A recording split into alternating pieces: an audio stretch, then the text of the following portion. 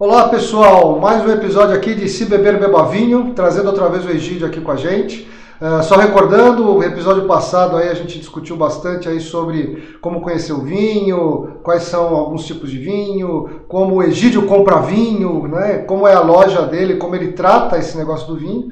E agora, nesse episódio, a gente vai falar um pouco sobre como você deve se comportar na frente de um catálogo de vinho, seja no online, né, que você entra numa loja, tem um monte de vinho lá para você escolher, seja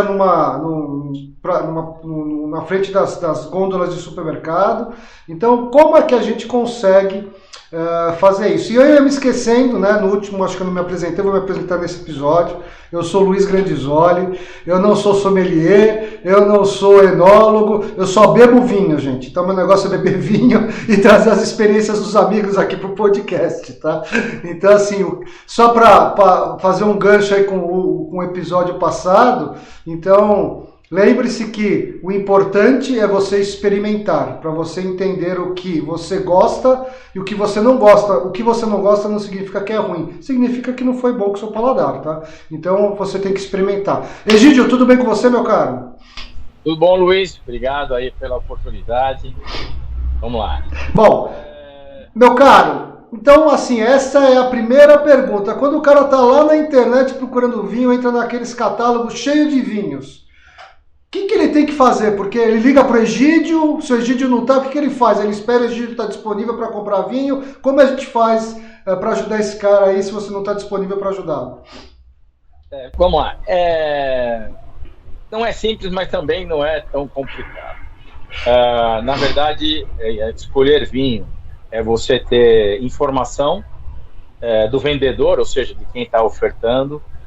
Nós que somos vendedores, que somos os ofertantes, nós temos que ter de disponibilizar para os clientes, para os compradores, as informações fáceis, digeridas na melhor facilidade possível. Ou seja, nada de ficar passando informação que não interessa para o comprador, sabe? Nem vai saber o que é BRICS, o que é acidez volátil.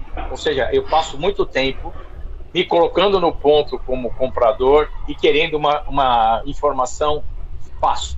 Tá? Então, peraí, legal esse ponto que você está colocando. Então, assim, quando o cara estiver na internet procurando o vinho, ele entra num lugar que está com um monte de informação que ele não entende, vai ser difícil de escolher o vinho para ele. Vai ser o ofertante, o vendedor, no caso do digital, né, ele tem que fazer um trabalho muito, muito importante, que é facilitar. Tá. Fazer termos que são difíceis, fazer os termos fáceis, encontrar maneiras do comprador se sentir à vontade, né? Certo. E, na verdade, aí não é só a informação. O comprador também ele tem que ter um pouquinho de conhecimento. Tá. Então, não vamos só jogar a culpa do lado do vendedor, do ofertante, mas vamos fazer com que os clientes comecem a entender um pouquinho. Então, faz parte, o comprador participa em alguma degustação, em alguma feira, ele tem que estar participando, né? Então, aí, indo um pouco além, o comprar vinho é uma experiência, né? Como é que você faz a experiência através do digital? Eu, quando comecei no vinho, Luiz, nem te contei, eu tive um seminário que eu fiz com o Philip Kotler, isso já faz bons anos, Luiz. Tá, mas o que o Philip Kotler tem a ver com vinho? Explica pra gente esse negócio. Inclusive, ele é amante muito do vinho. Eu não sabia disso, cara. Há muitos anos atrás, quando eu comecei na indústria. Aí, tá lá, bacana, era um seminário sobre as coisas online. Tá. Conhecimento online, fora do... Acho que nem havia tanto a internet tão desenvolvida. Acabado o seminário, estava entrando na indústria do vinho, vindo da indústria de produtos de consumo, levantei a mãozinha e falei, Dr. Kotler, obrigado por nos fornecer tanto conhecimento, tem com seus livros de marketing. Eu estou entrando na indústria do vinho, eu queria saber, como é que é comprar um vinho na internet? Ele falou, olha, realmente vai ser um trabalho, porque inclusive ele estava no Texas, né? Foi um seminário online. Ele falou, olha, eu adoro comprar vinho, mas eu gosto de ir na loja. Só que é inevitável, isso há 25 anos atrás, é inevitável o crescimento da internet, mesmo que com a categoria vinhos, que é uma categoria delicada, que o consumidor, o comprador gosta de detalhes. E eu falei, legal, né? Ele falou assim, inclusive, em alguma hora vai ter um equipamento, olha que loucura, que vai ajudar o sensitivo, como um olfato. Vamos supor, o cara está lá no Japão e o vendedor, e o comprador está aqui no Brasil. Ele manda pelo computador um sinal do qual é o vinho que o cara está querendo aqui. Aqui vai ter um equipamento que solta o aroma. Meu Deus do céu. Você entendeu? Lógico que a gente ainda não chegou, pode ter até algum equipamento protótipo aí, mas na verdade assim, não precisa ir tanto, né? Nós temos como maneiras, né? E aí que a gente conta com o comprador, e conhecer um pouquinho, participar de algumas degustações. O importante, Luiz, assim, na compra, o cliente, né? Ele tem que ter um pouco do que qual é o foco dele. Tá. Eu gosto de tinto, médio corpo, proveniente de algumas... Deixa eu te parar só para falar duas coisas. Então, só para fazer uma referência a Philip Kotler, ele é o pai do marketing, mas um dos papas do marketing. Ele escreveu o Marketing 3.0, 4.0 e 5.0. O último, inclusive, é o 5.0. Ele fala muito sobre a nova experiência do cliente, bem personalizada, né? Isso que o Egídio falou é muito interessante, porque a tecnologia ainda não conseguiu dar uma experiência personalizada para um cliente de vinho. Porque o vinho, ele tem toda uma parte sensorial que você não consegue adquirir ainda, né? Nunca vou dizer nunca, via internet online, tá? E o segundo ponto, Egídio, explica pra gente o que é esse negócio de médio corpo, encorpado, baixo corpo, corpo sem corpo, o que é isso? O vinho tá morto? Explica pra gente esse negócio. Um estilo descritivo do vinho, né? O vinho, ele é classificado tecnicamente em coloração, os aromas, como que ele vem na boca, que são os sentidos, né? Tá. Para saber se ele tá os brancos, se tiver muito amarelado, inclusive tem vinhos que eu tiro da gôndola, porque eu não posso correr o risco do cliente comprar um vinho que não está legal. Então, a cor é interessante para você comprar. Na internet você não vai ver isso. O aroma. Você tem os descritores dos aromas, florais, vegetais, animais, os que vêm da queima do barril, Imperial Martins, mas no digital você não vai ter. Mas, pelo menos se você tiver essas informações na ficha, de uma maneira, de novo, fácil, didática para os clientes, vai ajudar. Aliado a isso, o estilo, ou seja, o estilo é o corpo do vinho que vem, de como ele se ele está concentrado ou não, se ele é um vinho com mais estrutura ou não. Isso aí tem alguma ligação com...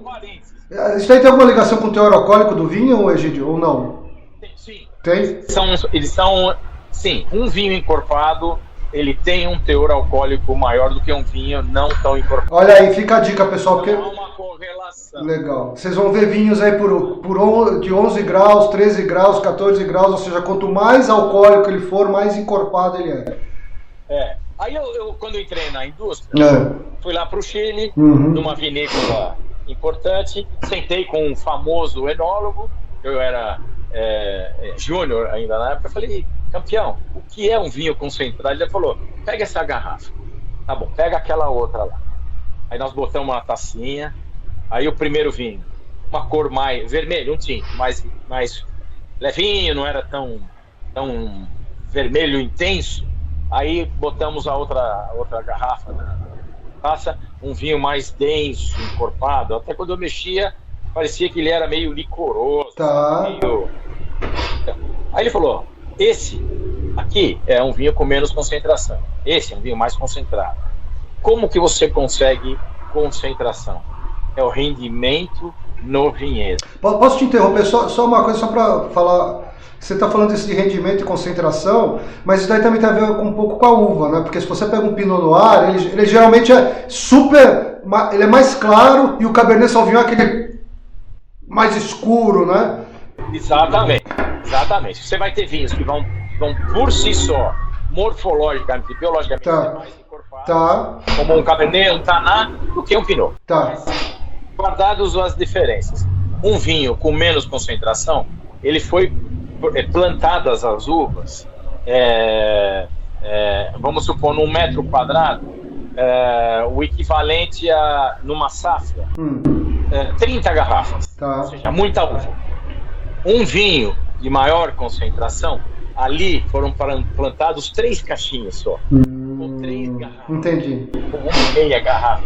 Ou seja, é o conceito, ao contrário do que a gente pensa, né? Uhum. Quanto mais uva ali no parreirão, vai dar mais concentração. O contrário. Faz sentido, né? Porque ele divide menos os nutrientes da terra, né? Tá. Exato, ele divide, eu costumo falar, que é como um pai que tem uma mesada. Uhum. Ele tem 100 dinheiros para dar de mesada. Uhum. Ele tem 100 filhos, ele vai dar um dinheiro para cada filho. Certo. Aí vai ser um vinho, uma mesadinha mais. Agora, aquele pai que tem, ao invés de 100, tem 2, ele vai dar 50 dinheirinhos para cada. Perfeito. Mas isso é uma informação difícil para o comprador ter lá na frente do catálogo, né? Sim, mas isso é normal quando a gente coloca rendimento por hectare. Tá. Normalmente os vinhos encorpados são 3 toneladas por hectare, ou 3 quilos por metro quadrado. Tá. Ou 3 quilos vão dar 6 garrafinhas, por aí, por metro quadrado. Opa, aí a gente vai falar, esse é um vinho com mais estrutura. Então, são dicas, Luiz. Evidente que você tem aí no meio muita variação. Bom, vamos fazer um resumo aqui do que a gente falou muita coisa, mas vamos simplificar esse negócio pessoal. Então, para o pessoal começar a entender, se ele quer um vinho mais encorpado que aquilo que você falou no primeiro episódio, ele vai encher mais a boca e vai secar mais a tua língua. Certo? E geralmente esse tipo de vinho, você vai me corrigir se eu falar alguma besteira, mas esse tipo de vinho geralmente você usa para comer comidas mais gordurosas. Certo? Comidas mais intensas. Intensas, né? Certo. Então, assim, aí a primeira dica, ou seja, você vai comer um churrasco, você vai pegar um vinho mais encorpado, ou seja, uma graduação alcoólica maior, né? A gente não vai falar de uva aqui, que é um outro episódio, mas só para o pessoal começar a ter a dica. Eu quero tomar esse vinho com uma comida mais leve. Pode ser com peixe, com risoto de legumes. Você vai assim para um Pinot Noir, que é mais levinho. Não vou falar ainda de brancos e tintos, vamos ficar no tinto só para o pessoal entender. Então assim, gente, essa é uma primeira estratégia para você começar a olhar isso. Então, outra coisa, repetindo, experimenta antes de comprar. Você tem que ter experimentado alguma coisa antes de comprar. Porque você chegar na frente de um catálogo de vinho, você ter experimentado vinho, vai ser muito difícil ter essa percepção, né? Então, assim, teor alcoólico, do menor para o maior mais encorpado, menor menos encorpado. A gente já deu uma dica aqui, então, Taná, Cabernet Sauvignon é mais encorpado, Pinot Noir é menos encorpado, então aqui são os mais leves. Também faz parte do grupinho dos leves. Isso, então assim, esses daqui são os extremos, aí no meio tem um monte de coisa aí no meio, tá, gente? Esses aqui é os extremos. Saber o que você vai comer, para você saber o que você vai querer, né? E quando chega em país, né? Porque, ok, tem aí franceses, tem aí italianos, tem aí... E novidades, né? Países que estão vindo, né? O que você acha? Você acha que uma pessoa que não tem muita experiência no vinho deve começar a escolher vinhos de países que a gente chama de Novo Mundo, que é Chile, Argentina, Austrália, Nova Zelândia, África do Sul, ou do Velho Mundo, que é França, Itália, Espanha e Portugal? Sem esquecer, Luiz, que o fator preço é importante. Preço é outro episódio.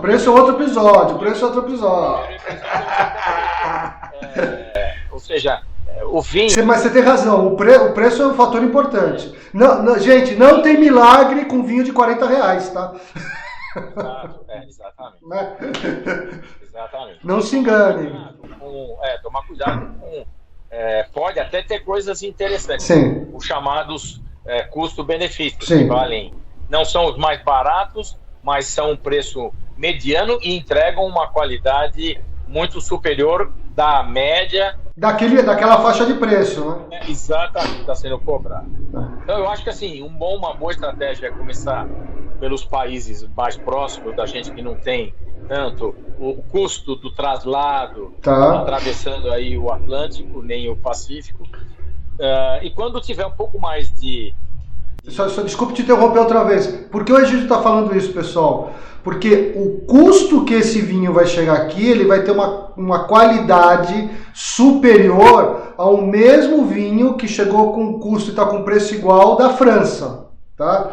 Por quê? Porque para você trazer um vinho da França, trazer um vinho da África do Sul, você tem um custo logístico maior, né? Então lá na ponta ele está com custo menor e, gente, não tem milagre. O custo está diretamente proporcional a isso que a gente acabou de falar. Quantidade de uvas que tem no mesmo metro quadrado de terra, né? Ou seja, quanto menor uvas, menos uvas tem, né? Ele está trazendo mais sabor, mais nutriente para aquela arvorezinha, né? Quando tem um montão, ele está separando aquele nutriente em muitas, então as qualidades vão ser diferentes na hora de produzir o vinho, tá, gente?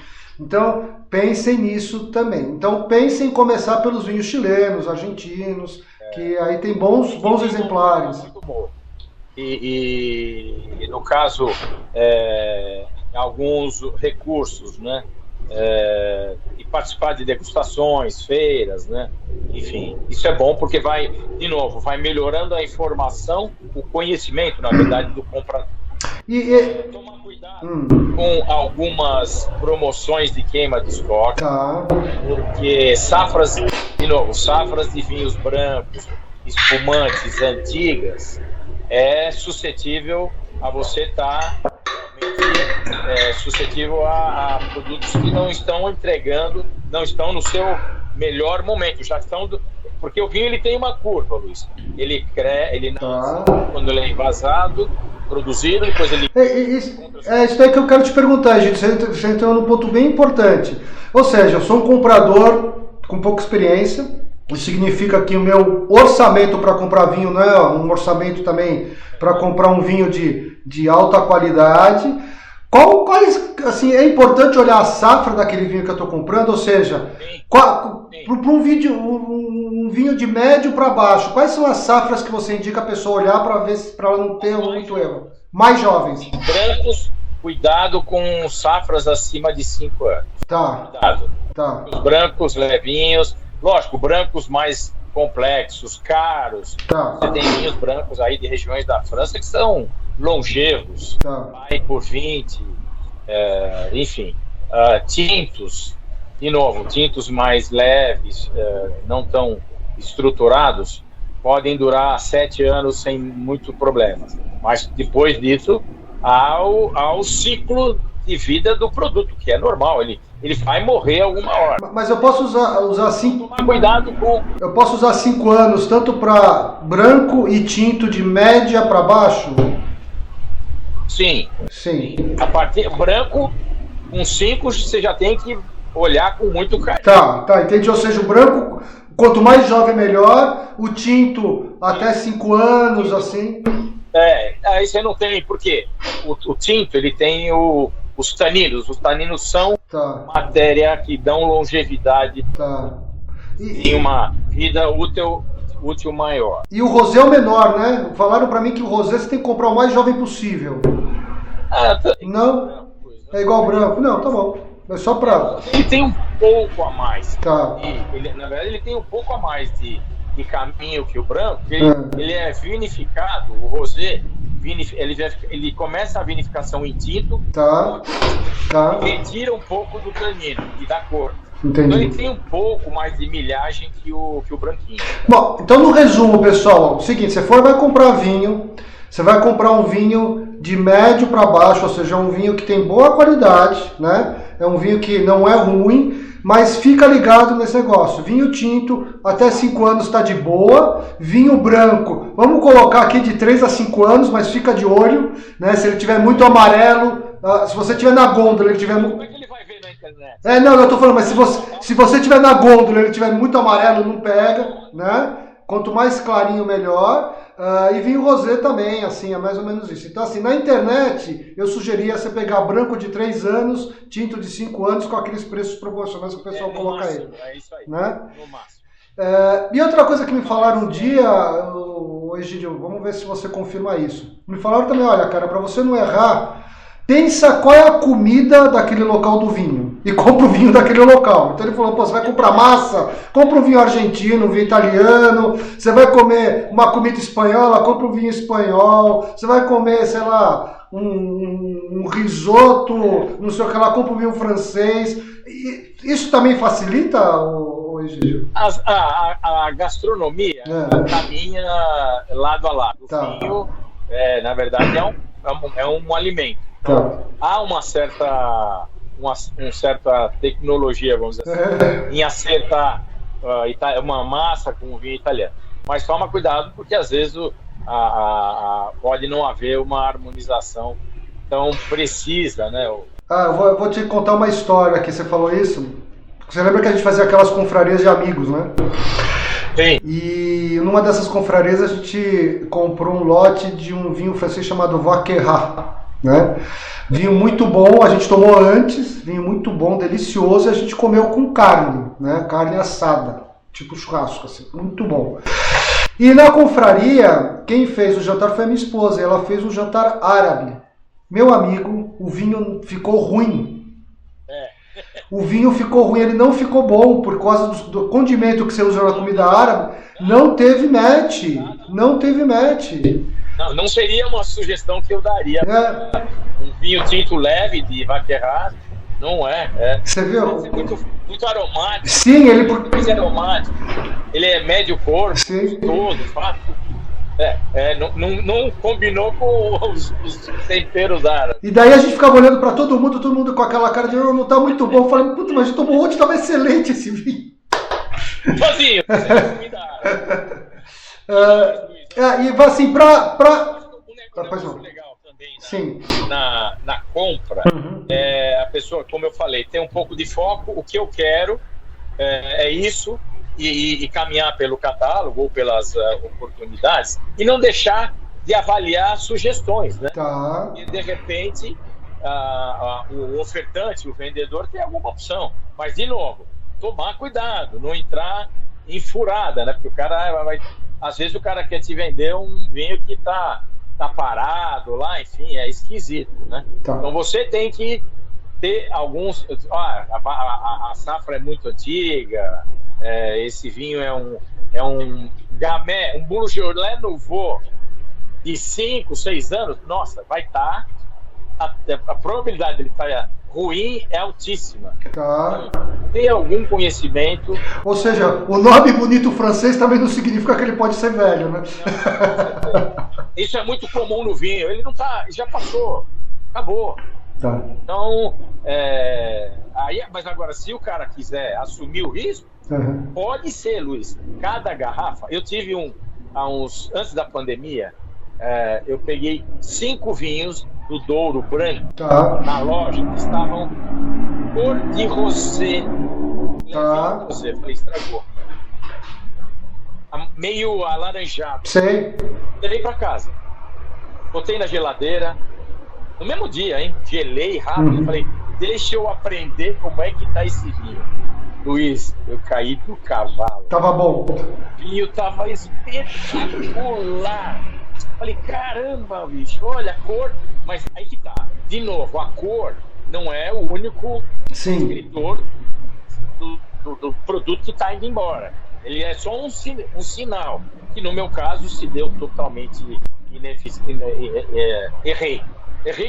Quase eu tive vontade de trazer para a loja. Eu falei, não, eu não quero dar esse estresse para o meu cliente, você entendeu? Entendi. Deixa ficar comigo, a experiência tá... Me ensinou que às vezes a cor não é o único descritor, o único do problema. Então, fazendo um resumo do papo de hoje, para você escolher o vinho, voltando, vamos dizer novamente, vamos continuar falando isso todos os episódios, experimente vinho, certo? Isso. Se você vai pela internet... De alguma forma, Luiz, experimentar o vinho, eu acho que é legal. Na verdade, as experiências, você, o cliente, o consumidor que está vindo para o vinho, eu sempre falo, bem tranquilo. Quanto mais tranquilo, Luiz, isso eu passei em várias degustações, muitas, aqui em petit comité ou em grandes shoppings, nossa, enfim, em convenções de vendas com 400 pessoas.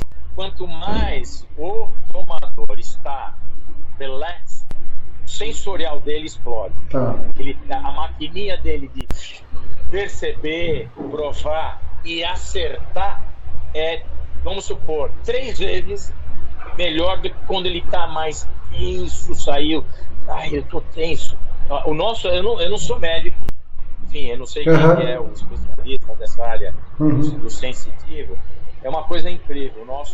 O nosso sensorial, quanto mais relaxado, memória também é um pouco disso. Às vezes, quando você está tenso, você esquece. Quando você está relaxado, você lembra do. Quando você está tenso, eu esqueci a senha do banco, mas você vai esquecer. Eu não sei, Luiz. Eu só sei o que acontece. Não, legal. Então vamos lá. Então você tem que experimentar relaxado. E assim, eu vou dar outra coisa que eu acho que é legal. Sempre tenham várias pessoas ao seu lado quando você estiver falando, experimentando vinho, para você trocar experiências. E outra coisa que eu vou falar. Gente, se você quer entender as diferenças de vinho, pegue 2 taças, 2 vinhos diferentes, põe um vinho numa taça, um vinho na outra, cheire, beba, você vai começar a sentir as diferenças dos vinhos. Tá? Então isso é um ponto, você tem que experimentar e você tem que começar, pode ser um autoestudo, você não precisa conhecer nome de casta, nome de uva, terroir, se é alta concentração, baixa concentração, mas você pode começar assim.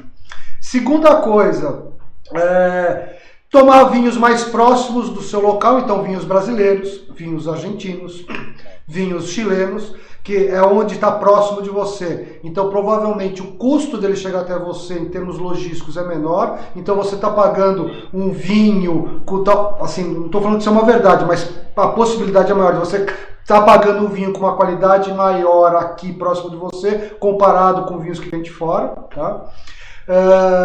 Sempre procurar dar uma olhada nesse negócio. Eu vou comer, vou ter uma refeição junto com o vinho, quero harmonizar. Fica a dica, gente, na Argentina é cheio de italiano, eles gostam de carne, então o vinho argentino deve se dar bem com esse tipo de comida, né? Então procura isso, né? Mas eu vou comer aqui uma caldeirada portuguesa. Tenta entender quais são as uvas portuguesas, as regiões do Portugal. Toma um vinho português, que tem ótimos vinhos portugueses, é um bom custo-benefício também aqui no Brasil. Né? Então, assim, pensa nisso. Se você entrar num catálogo de vinho, você não entender nada que está escrito na descrição do vinho, vai ser difícil a gente te ajudar e te dar alguma dica. A dica, Luiz, pode ser procurar ler um pouquinho, né? No caso, é evidente que ele não vai ser um connoisseur, não vai ser um sommelier, só pelo autodidatismo de ler na internet, mas pelo menos ele vai começar a se familiarizar com algumas expressões, né? E provavelmente ele vai ter contato quando ele estiver comprando via catálogo. Eu acho que é importante o cliente, o comprador, ir buscar um pouquinho de conhecimento. Sim. Lógico que, de novo, o mais importante, Luiz, somos nós, os vendedores, e temos que nos colocar no lugar desse comprador que tem aí uma gôndola de 1 trilhão de rótulos. E aí a gente tem que fazer esse trabalho de mastigar e fazer a coisa fácil. E acho que a última coisa que a gente pode falar deve ser isso, né? Ou seja, se você está iniciando no mundo do vinho, está querendo aprender, vá a degustações, presencie a experiência do vinho, porque se você comprar pela internet você não vai ter essa experiência. Então pode ser que você... Só daqui a 50 anos, como o copo, ele vai mandar o cheiro. Não, mas pode ser que ele compre e daí ele fique desmotivado de continuar comprando, porque por um acaso ele comprou um vinho que não foi do gosto dele. Então assim, a gente sugere e recomenda fortemente que você participe de degustações ao vivo, troque experiências. E é gostoso do vinho, né, Luiz? Sim. Significa ter prazer, né? Não, eu vou te falar, tá? Na hora que você começar a cheirar, experimentar pelo computador, eu vou tomar outra bebida, não vou querer mais saber do vinho, pô. Não, nós vamos estar longe. Egídio, qual a sua dica desse episódio aqui? Qual é o vinho bom para tomar? O que você indica para o pessoal? Um vinho para quem está iniciando, para o cara começar. Dois vinhos, para ele experimentar, para ele ver a diferença dos vinhos. Preço bom, você vai falar, cara, experimenta esse vinho, vem aqui na Wine Pro, compra esse vinho, experimenta para você começar a iniciar e sentir as diferenças desse vinho. Vinho, garrafa de vinho, não seja muito técnico. Fala, olha, passa aqui na Wine Pro que eu vou te dar 2 vinhos, vai ser um preço muito bom para você experimentar. Quais são os 2 vinhos? O Merlot Fausto. Fausto brasileiro, né? O Fausto brasileiro, tá? R$79. Tá. Ele é um Merlot e só mais um que está realmente no momento é Casa di Nene, também lá do sul de Nova Pádua. Ele é Taná com Alicante Boucher, fantástico. 2 brasileiros então. Fácil, médio corpo, legal, gostoso, redondo, equilibrado. O cara não vai achar nem que é muito leve nem que é pesado, né? Legal. Para quem quiser conhecer um primeiro vinho. Do velho mundo, eu iria para um português, Flor do Coa, da região do Douro. É um vinho de entrada da vinícola, R$79 também, como os outros que eu falei aqui no Brasil. Feito com 3 uvas. A Touriga Nacional, que é a ícone, a Touriga Franca e a Zinta Roriz, e a Tempranillo da Espanha.